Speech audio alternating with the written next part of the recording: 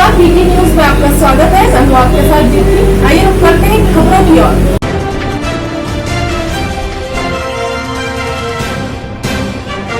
जिलाध्यक्ष को नौकरी से हटाए जाने पर बिजली कंपनी के आउटसोर्स कर्मचारी बैठे धरने पर। आगरमालवा सर्कल के अंतर्गत आने वाले सब स्टेशन जयसिंहपुरा पर काम करने वाले ग्रिड ऑपरेटर दिनेश सिसोदिया को कार्य से बंद करने के विरोध में बिजली आउटसोर्स कर्मचारी संगठन के ठेका कर्मचारी आगरमालवा में स्थित छावनी कंपनी गार्डन में धरने पर बैठे। बता दें कि दिनेश सिसोदिया को बिजली आउटसोर्स कर्मचारी संगठन का आगरमालवा जिलाध्यक्ष नियुक्त कर रखा था, जो ठेका कर्मचारियों की लड़ाई के लिए हमेशा आवाज उठाते रहते हैं और उनके बाद अधिकारियों तक पहुंचाने का कार्य करते हैं। मध्य प्रदेश बिजली आउटसोर्स कर्मचारी संगठन के प्रदेश अध्यक्ष राहुल मालवी और प्रांत संयोजक मनोज भार्गवी आकर दिनेश सिसोदिया को वापस कार्य पर रखा जाए, इसके लिए धरने पर बैठे हैं। बिजली कर्मचारी आउटसोर्स संगठन के प्रदेश अध्यक्ष राहुल मालवी ने बताया कि दिनेश सिसोदिया को आगरमालवा संस्था के कार्यपालन यंत्री के राजनीतिक में लिप्त होने का कहकर कार्य से पृथक किया गया, अतः दिनेश सिसोदिया को वापस कार्य पर रखा जाए और उनकी ये मांग पूरी नहीं होती है तो वह तब तक अनिश्चितकालीन धरने पर बैठे रहेंगे। बिजली कंपनी के वरिष्ठ अधिकारी इन आउटसोर्स कर्मचारियों की मांग मानते हैं या नहीं, या फिर इसी प्रकार आउटसोर्स कर्मचारियों को नौकरी से हटाते रहेंगे। को लेकर धरना दिया जा रहा है। आज मध्य प्रदेश बिजली आउटसोर्स कर्मचारी संगठन के जिला अध्यक्ष हमारे माननीय श्री दिनेश सिसोदिया जी को कार्यपालन यंत्री जी द्वारा अनुचित कारण बताकर जो निकालने की कार्रवाई की है, हम आज इस धरना प्रदर्शन में इसलिए सम्मिलित हुए ताकि इनको कार्य पर वापस नहीं ले सकें। तो कितने दिन तक का धरना रहेगा आपका? ये आज हमारा जो धरना प्रदर्शन तीन दिवस का है। कल हमारा धरना प्रदर्शन की शुरुआत हुई थी। आज हम आसपास क्षेत्र के जितने भी आउटसोर्स कर्मचारी संगठन के साथी हैं आज मौजूद हुए हैं और हमारा कल भी धरना जारी रहेगा। और अगर दिनेश सिसोदिया जी को कार्य पर वापस नहीं लिया जाएगा तो ये धरना अनिश्चितकालीन के लिए भी चलाया जा सकता है। मॉडल एक्ट के विरोध में मंडी अधिकारी कर्मचारी 5 दिन से अनिश्चितकालीन हड़ताल पर है। शासन की सद्बुद्धि के लिए कर रहे हनुमान चालीसा का आयोजन। आगरमालवा जिले की नलखेड़ा कृषि उपज मंडी में सरकार को मॉडल एक्ट में मंडी समिति बोर्ड कर्मचारियों को मध्य प्रदेश शासन के कर्मचारी घोषित कर पेंशन वेतन भत्ते का ध्यान रखने के लिए सद्बुद्धि दिए जाने तो पिछले 5 दिनों से स्थानीय व जिले की मंडी अधिकारी और कर्मचारी अनिश्चितकालीन हड़ताल कर रहे हैं। सोमवार को स्थानीय मंडी अधिकारियों कर्मचारियों ने हनुमान चालीसा का पाठ किया। उसके बाद सभी कर्मचारी अधिकारियों ने सरकार द्वारा घोषित मॉडल एक्ट के विरोध में मंडी गेट पर बैठकर नारेबाजी करते हुए विरोध दर्ज कराया। विरोध स्वरूप सभी ने अपने अपने टिफिन से भोजन भी मंडी गेट पर बैठकर किया। बीजेपी नेता सतीश शुक्रवार के कांग्रेस में शामिल होने पर नगरीय प्रशासन मंत्री भूपेंद्र सिंह का बयान। बीजेपी नेता सतीश सिकरवार के कांग्रेस में शामिल होने पर नगरीय प्रशासन मंत्री भूपेंद्र सिंह का बयान। चुनाव का समय है, नेताओं का आना जाना लगा रहता है। कुछ कांग्रेस पार्टी के लोग भी बीजेपी में शामिल हुए हैं। बीजेपी में शामिल होने वाले सभी 25 कांग्रेस विधायक अब वह बीजेपी के सदस्य बन चुके हैं। खंडवा में बीजेपी सांसद नंद कुमार सिंह चौहान के बयान पर कहा, सांसद जी के बयान को तोड़ मरोड़ कर पेश किया गया है। राज्य सरकार अपनी परिसंपत्तियों के प्रबंधन के लिए अलग विभाग बनाने जा रही है। उस पर कहा कि यह अच्छा निर्णय है। नगरीय निकायों व स्तरीय पंचायतों में चुनाव 2020-21 को देखते हुए राज्य निर्वाचन आयोग मुख्यालय में अतिरिक्त पदों की स्वीकृति से जुड़े बिंदु भी मंजूरी के लिए रखे जाएंगे। मास्टर प्लान 2031 के ड्राफ्ट पर सुनवाई का पहला चरण मंगलवार से शुरू हो रहा है। मालूम हो कि पहले दिन जिन 264 लोगों की सुनवाई होना है उनमें से 153 आश्रमा मॉल से रायसेन रोड को जोड़ने वाली प्रस्तावित 200 फीट सड़क को निरस्त करने के विरोध में है। ये वो धान मध्य प्रदेश का ही नहीं है। देखिए, पहले भी हम लोगों ने इस बात को कहा था कि ये जो धान का मामला है ये जनवरी 2019 के समय का पूरा मामला है। 2019 में ये धान खरीदी में गड़बड़ियां हुई है और पहले भी कहा है कि बिहार और उत्तर प्रदेश से जो घटिया धान आया, जो जानवरों को खिलाने वाला जो चावल था, वो यहाँ पर लाके खपाया गया और अच्छा चावल बेचा गया। ये जांच इसकी माननीय मुख्यमंत्री जी ने घोषित कर दी है। ईओडब्ल्यू इसमें जांच कर रहा है। जहाँ जहाँ पर भी और भी नए तथ्य आ रहे हैं वो सभी जांच में सम्मिलित किए जाएंगे। पोषण की सरकार से मांग, सभी धर्मस्थलों पर 100 से अधिक श्रद्धालुओं को मिले इबादत की अनुमति। मंगलवार को कांग्रेस के प्रदेश प्रवक्ता मुनव्वर कौसर ने गृह मंत्री डॉक्टर नरोत्तम मिश्रा से उनके आवास पर भेंट कर उन्हें ज्ञापन सौंपते हुए मंदिर और मस्जिद को 100% खोलकर 100 से अधिक लोगों की अनुमति देने की मांग की है। कौसर ने अपने ज्ञापन में कहा कि अब कोरोना की वजह से लगाई गई पाबंदियों को धीरे धीरे खत्म किया जा रहा है, मगर अब भी मंदिर और मस्जिद 100% नहीं खुल रहे हैं, जिससे श्रद्धालुओं को पूजा पाठ और इबादत के लिए परेशानियों का सामना करना पड़ रहा है। कौसर ने गृह मंत्री से अधिक श्रद्धालुओं को पूजा और इबादत करने की अनुमति के आदेश करने की मांग की है। गृह मंत्री से कौसर ने कहा कि मध्य प्रदेश के मुख्यमंत्री शिवराज सिंह चौहान ने दुर्गा उत्सव एवं दुर्गा जी की प्रतिमाओं में से 100 श्रद्धालुओं को पूजा करने की अनुमति प्रदान की है और भी भारत के कुछ धार्मिक स्थल पर 500 श्रद्धालुओं को पूजा दर्शन इबादत करने की अनुमति मिल चुकी है। उसी तरह भोपाल सहित पूरे प्रदेश में भी सभी धर्मों के धर्म स्थानों पर 100 से अधिक श्रद्धालुओं को पूजा और इबादत करने की अनुमति दी जाए। मंदिरों में पूजा करने की और मस्जिदों में नमाज पढ़ने की 100 से अधिक लोगों को परमिशन दी जाए। जिस तरीके से हमारे प्रदेश के मुख्यमंत्री श्री शिवराज सिंह चौहान जी ने दुर्गा उत्सव में 100 लोगों को पूजा करने की अनुमति दी है। अच्छा, और हमारे पूरे प्रदेश में भी कई धार्मिक स्थान ऐसे हैं जहां 500 से अधिक श्रद्धालुओं को मतलब जाने की अनुमति दी है। तो मेरा यही है मध्य प्रदेश सरकार से निवेदन कि मस्जिदों में और मंदिरों में पूजा करने की, मस्जिदों में नमाज पढ़ने की आज्ञा दी जाए, परमिशन दी जाए, ताकि लोग अपने अपने हिसाब से अपने सभी धर्मों के लोगों को परमिशन दी जाए, ताकि अपने अपने आस्था के हिसाब से लोग नमाज पढ़ सकें, पूजा कर सकें और जिसकी जो आस्था है वो कर सकें। नवरात्र में दुर्गा जी बिठाने में लेकर परमिशन हो चुकी है, लंबे समय से कांग्रेस भी मांग करती है। नहीं, हम उनका स्वागत करते हैं। भाई धार्मिक कार्यक्रम है, अभी तक सारे धार्मिक कार्यक्रम क्या वो हिंदू हो या मुसलमानों के सबके होते गए हैं। अब एक ये बड़ा पर्व है रामनवमी दुर्गा जी का, इसकी परमिशन दी, इसका हम स्वागत करते हैं। इसीलिए हम कहते हैं कि मस्जिदों में भी नमाज पढ़ने की और मंदिरों में पूजा करने की भी अनुमति दी जाए। ठीक है। लखनऊ कमिश्नर पर भारी गांजा और सट्टा कारोबारी लखनऊ ट्रांस गोमती में चला रहा करोड़ों का कालाबाजारी। लखनऊ राजधानी के ट्रांस गोमती में पहाड़ी गांजा चिप्पड़ का कारोबार इस तरह फैला कि आप किसी भी क्षेत्र में 100 या 120 रुपए में एक पुड़ी आसानी से प्राप्त कर सकते हैं। इस तस्करी में कितने जेल जाते हैं और छूटकर आने पर फिर अपना कारोबार शुरू कर देते हैं। कारण या तो इनको संरक्षण देने वाले खुद कानून के मुहाफिज हैं या सफेदपोश, वरना इतनी सख्ती के बाद ये पहाड़ी गांजा राजधानी लखनऊ तक पहुंच जाता कैसे है। सूत्रों की माने तो गांजे का कारोबार करने वाले गरीबों को चंद पैसे का लालच देकर 10 या 20 रुपए कमीशन पर गांजा बिकवाते हैं और पकड़े जाने पर गरीब तो जेल जाता है, परंतु बड़े कारोबारी अपने शिकार में किसी दूसरे गरीब को लालच देकर अपना उल्लू सीधा करने लगते हैं। ट्रांसगोमती के मडियाव, जानकीपुरम, गुडम्बा, हसनगंज, विकासनगर, चिन्हट, इंदिरा नगर आदि इलाके में पुलिस कमिश्नरी लागू होने के बाद भी गांजा और सट्टा कारोबारियों पर सख्त कानून व्यवस्था का कोई खास प्रभाव नहीं पड़ा। इसी प्रकार सट्टा के कारोबार में गरीबों की गाढ़ी खून पसीने की कमाई सट्टा माफिया डकार रहे हैं। इन्हें कमिश्नरी पुलिस का जरा भी खौफ नहीं है। सुबह होते ही पर्चियों पर नंबर बांटना शुरू हो जाता है। सिंगल गिनती पर 10 रुपए के 90 रुपए और डबल गिनती पर 10 रुपए पर 800 रुपए का लालच देकर सट्टा कारोबारी गरीबों की गाढ़ी कमाई तो चूस ही रहे हैं, साथ ही युवाओं में जुए की लत डालकर उनके उज्जवल भविष्य को बर्बाद भी कर रहे हैं। सट्टा माफियाओं का सिस्टम से ऐसा याराना कि व्हाट्सएप न्यूज समूह में कई बार वीडियो वायरल होने के बाद भी किसी पर कोई कार्रवाई नहीं हुई। सूत्रों की माने तो मडियाव के नौबस्ता क्षेत्र में पिछली दीपावली को छंगा नामक युवक की हत्या भी इसी सट्टा कारोबार के कारण हुई थी, जिसे पुलिस द्वारा पुरानी रंजिश का नाम देकर लोगों की गिरफ्तारी की गई थी। सूत्रों की माने तो दोनों कारोबार में चढ़ावा ऊपर तक जाता है, इसी कारण इन पर कोई नकेल नहीं कसी जाती। आवश्यकता पड़ने पर मात्र प्यादे जेल जाते हैं, कारोबारी अपना ठिकाना बदल लेते हैं। कुछ भी हो या ये कहना गलत नहीं होगा, लखनऊ पुलिस कमिश्नरी पर भारी गांजा और सट्टा कारोबारी। आरपी सिंह ने अजमेर में महर्षि दयानंद सरस्वती विश्वविद्यालय अजमेर में कुलपति बनकर लगाया नया दाग।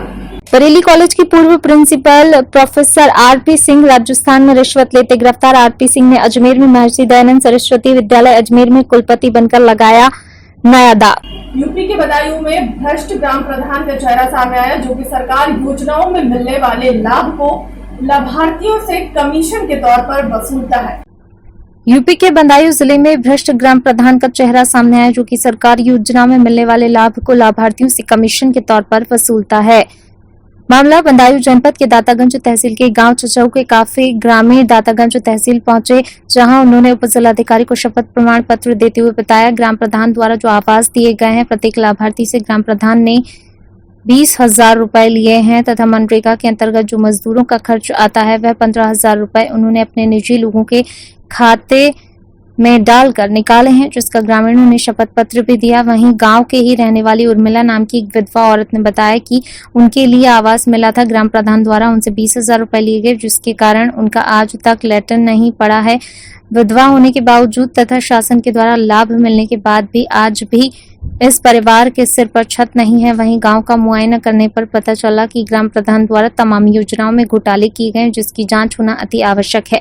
वहीं कई महिलाओं ने गांव में ही बताया उनके परिवार को शौचालय नहीं मिले, शौच के लिए उन्हें बाहर जाना पड़ता है, जिसमें उन्होंने आरोप लगाते हुए बताया ग्राम प्रधान द्वारा शौचालय के नाम पर 2,000 रुपए मांगे थे, जिन लोगों ने दे दिए उन्हें शौचालय मुहैया करा दिए गए। जो लोग देने में असमर्थ थे उन्हें शौचालय नहीं मिल पाए। वहीं गांव में पुराने बने शौचालय को तोड़कर ग्राम प्रधान ने उसकी ईंटों का इस्तेमाल स्कूल के सौंदर्यीकरण में तथा कई जगह इस्तेमाल किया है। वहीं इस मामले में ग्राम प्रधान चुप्पी साधे नजर आए। इस मामले में ग्राम पंचायत पर तैनात सचिव हेमेंद्र कुमार से बात की तो वह खुद बचते बचाते नजर आए। गौरतलब है कि बीते दिनों इसी ग्राम पंचायत के ग्राम डोलापुर का जिलाधिकारी कुमार प्रशांत ने आकस्मिक निरीक्षण किया था, जहां अनियमितताओं के कारण सचिव हेमेंद्र कुमार को निलंबित भी कर दिया गया। इस मामले में जब उप जिलाधिकारी कुंवर बहादुर सिंह से बात की तो उन्होंने बताया शिकायत शपथ पत्र सहित मेरे पास आई है, मामले की जांच कराई जाएगी। यदि मामले में ग्राम प्रधान दोषी पाया जाता है तो उसके खिलाफ कड़ी कार्रवाई की जाएगी। क्या नाम है आपका?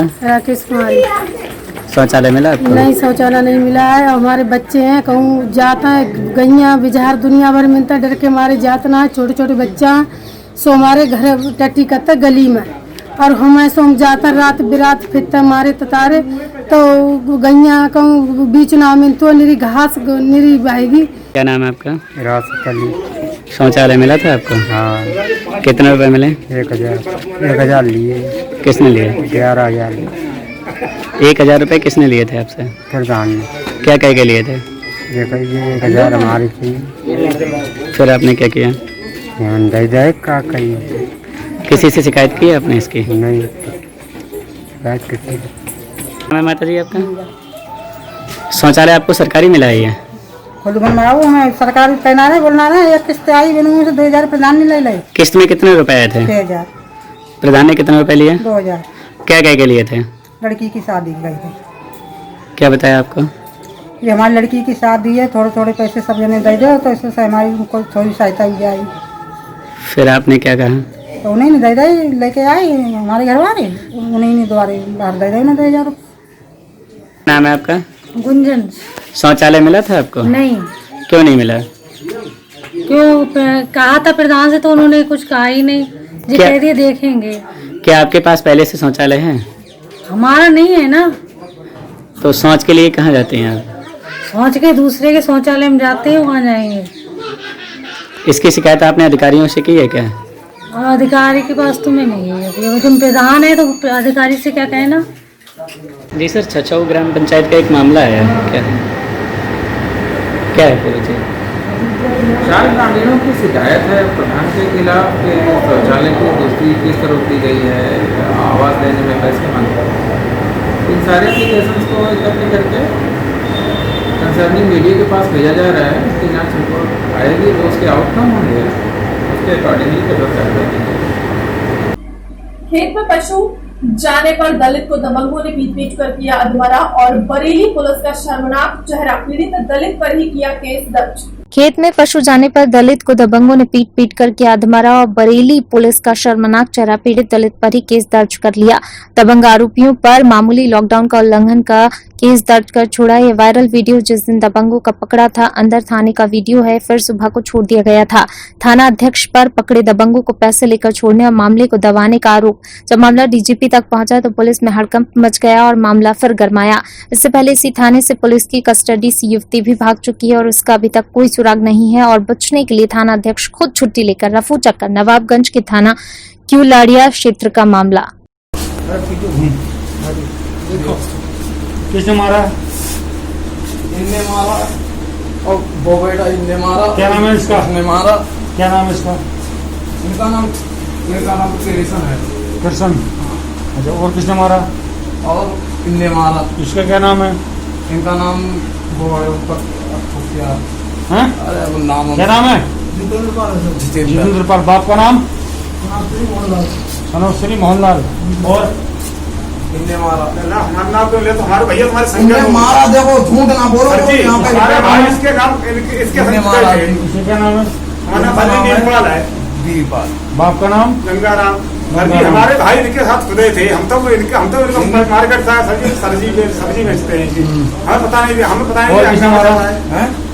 और ये लोग सब जितने आए हुए हैं, ये सब इनके दबाव में आए हुए हैं, सब मदद में। हमने सबने मारा है? थप्पड़ उसे कैसे मारा है? हाँ, ये थप्पड़ इनने मारे और इनने डंडे से मारा था। ये देखो साहब, क्यों मारा? ये पैर और ये पैर। क्यों मारा? मेरा उधर पुलिया की तरफ घर था। हाँ। वो घर है। हाँ। तो और पास ही में मेरा खेत पड़ता है। बहुत बुरी तरीका मारा साहब। 2 बजे से मुझे लेकर 2 बजे से मारते रहे। गाड़ी आज गई थी 100 नंबर वाली, तो मैं बाजारी में से उठा के लाए थे। कपड़े कौन को लाया उठा के? बाजार में से कौन को लाया उठा के? बाजार में से वो गाड़ी आई थी, गाड़ी से आई। नहीं, जब मार रहे थे कौन, कितने आदमी? किसी ने छोड़ा नहीं, इनने किसी ने सबने मारा? किसी ने नहीं छोड़ा मेरे लिए। मैं साहब पानी मांगता रहा, 1 बूंद पानी दे दो। बोले घोसड़ी की चाहे मर जा, जेल तो हम चले जाएंगे। ये भी कह रहे थे, ये भी कह रहे। ये कह रहे कि हम जेल चले जाएंगे, इसे सारे को पानी मत देना। और ये भी कह रहे थे। कौन सा करता? जी टाटू लगाया। कौन सा बड़ा ये कर रहा था? क्या नाम तुम्हारा? बाप का नाम? कमर दिखाओ अपनी। कमर कहाँ चोट लगी? और कहाँ लगी चोट? हिप पे चोट है? अच्छा, ये सूजी और सूजा हुआ। और चोट कहाँ है? बस यही चोट लगी हुई है। पैर पे? दूसरे पैर पे भी है? दूसरे पैर भाई हल्की है, मगर इस पे किसी पे ज्यादा मारा है। ऐसे करे मारा डंडे तो खूब। ऐसे घूमो जरा, एक मिनट घूमो। सामने खड़ा हो। अब गर्दन घुमाओ अपने, पेट घुमाओ, पेट घुमाओ।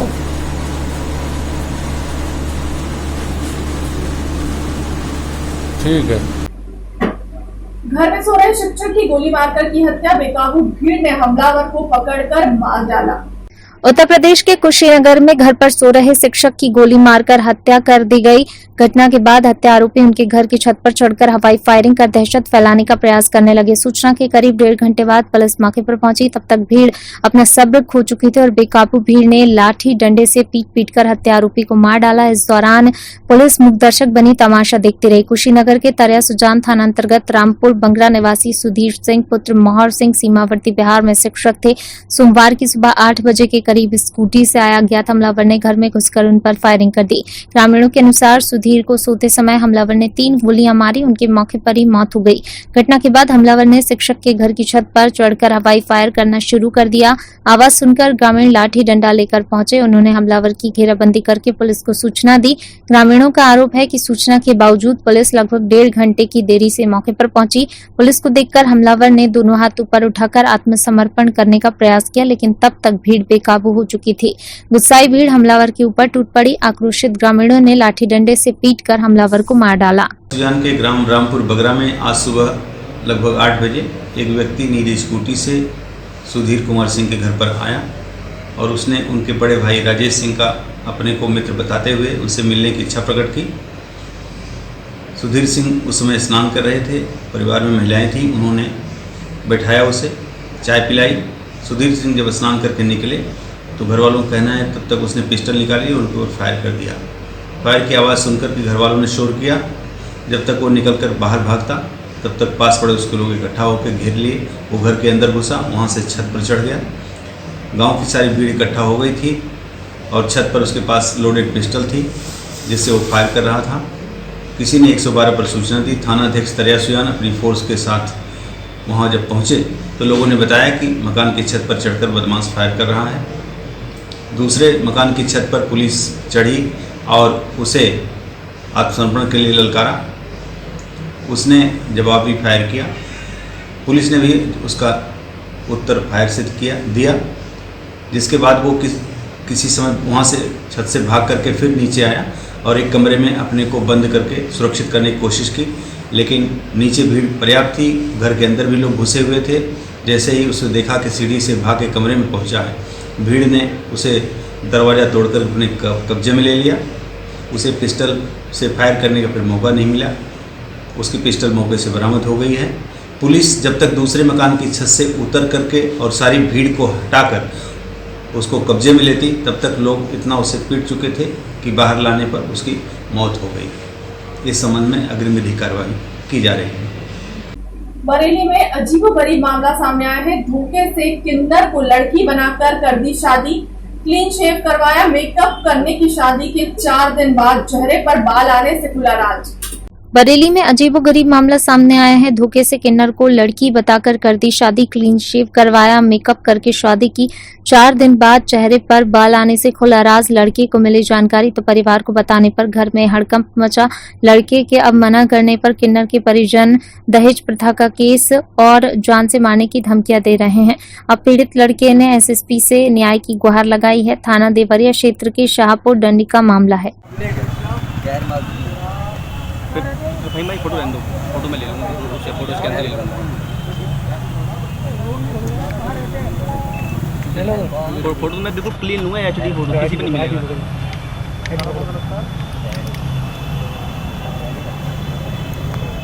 हो गया? मैडम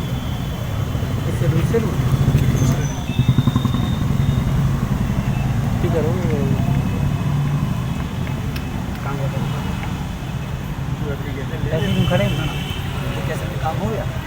भैया क्या शुभ नाम आपका? मेरा नाम निजाकत है। क्या मामला है, कैसे है मामला? मेरी शादी हुई थी। अच्छा। धोखे लड़की में शादी कराई इन लोगों ने, लड़की वाले ने। फिर शादी हुई, शादी होने के बाद में घर पर आई, 4 दिन के बाद बाल जमिया उसका फ़ोटो मेरे पास में। और जब लड़की दिखाई तो उसका चेहरा साफ था। शादी होने के बाद में घर आई तो उसके 8 दिन के बाद उसके बाल जमे आए और वो जन्म से हिजड़ी है। और मुझे मारने की धोखाधड़ी की और मुझे उसके घर वालों ने मारने की धमकी दी है। कह रहे तू जे इसको नहीं रखेगा तुझे इसे। ये है डंडिया पड़ती है, बहड़ी के पास में। थाना कौन सा है? दुरनिया थाना है। आप कहाँ रहते हो? बहरपुरे। और उसने मुझे मारने की धमकी दी है, तू मुझे मिलेगा तो मैं तुझे जान से मार दूंगा, और तूने इसको रखना है, तुझे नहीं रखेगा तो तुझ पर दहेज पीड़िता का मुकदमा लगा के तुझे जेल में डाल दिया जाएगा। जब आपको लड़की दिखाई गई थी तो लड़की यही थी? हाँ, लड़की यही थी। फोटो भी उसका ये दिखाया आपने? हाँ, यही लड़की थी? हाँ, ये लड़की थी। अब आपका कहना है कि ये लड़की हिजड़िया है। अच्छा। आप एसएसपी ऑफिस में आके मिले हैं, क्या कहा? उनने ये बोला था कि हो जाएगा, उनने देखा था, मैंने उन्हें बोला था तो उन्होंने मुझसे कि जा तू चले जा, फिर उन्होंने बोल दिया कि जाओ।